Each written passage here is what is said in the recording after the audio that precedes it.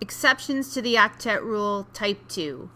Less than an octet of valence electrons, otherwise known as electron deficient species.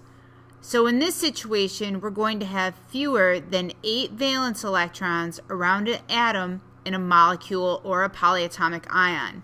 These are relatively rare and most often encountered in compounds containing boron and beryllium. So let's look at an example of boron trifluoride, or BF3.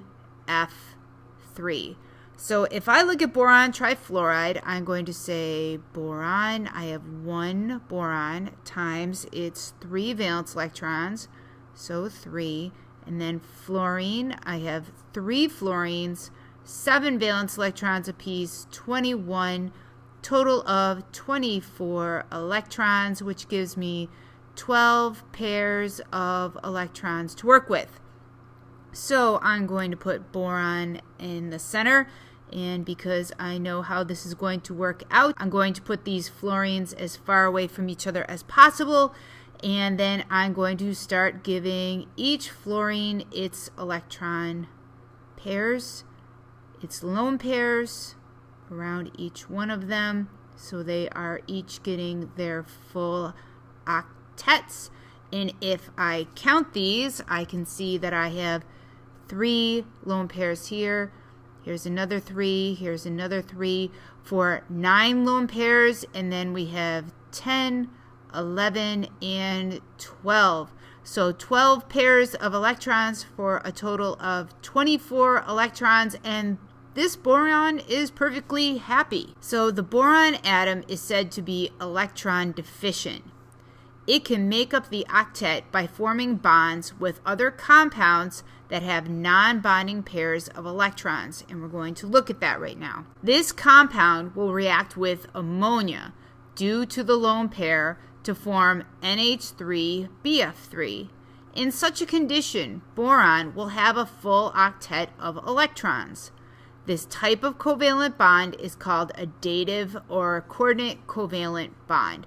So what do we mean by that? Well, let's look at NH3BF3. So if we were to actually count out how many electrons that we have to work with here, we'd say, all right, we have a nitrogen, 1 nitrogen, 5 valence electrons, so that's 5. Hydrogen, we have 3 hydrogens times 1 apiece, that's 3. Boron is going to have 1 boron times 3, that's 3.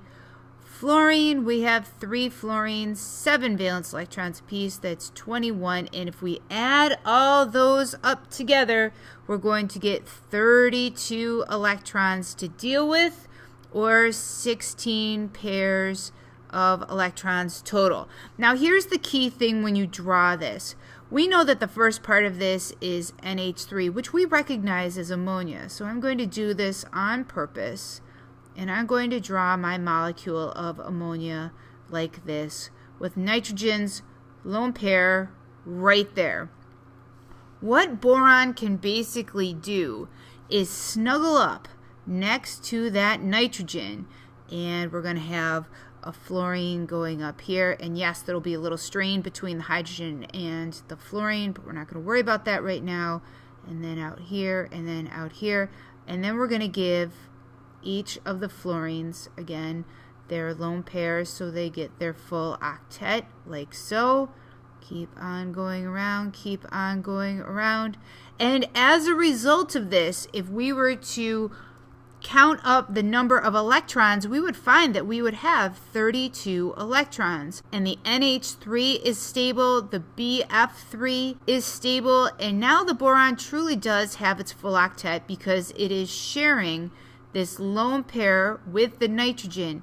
And when it does that, now boron has its full octet. And we call that type of bond right here, we call that either a dative bond or a coordinate covalent bond. So this is an example of a type 2 exception to the octet rule where we have an electron deficient species, specifically focusing on boron.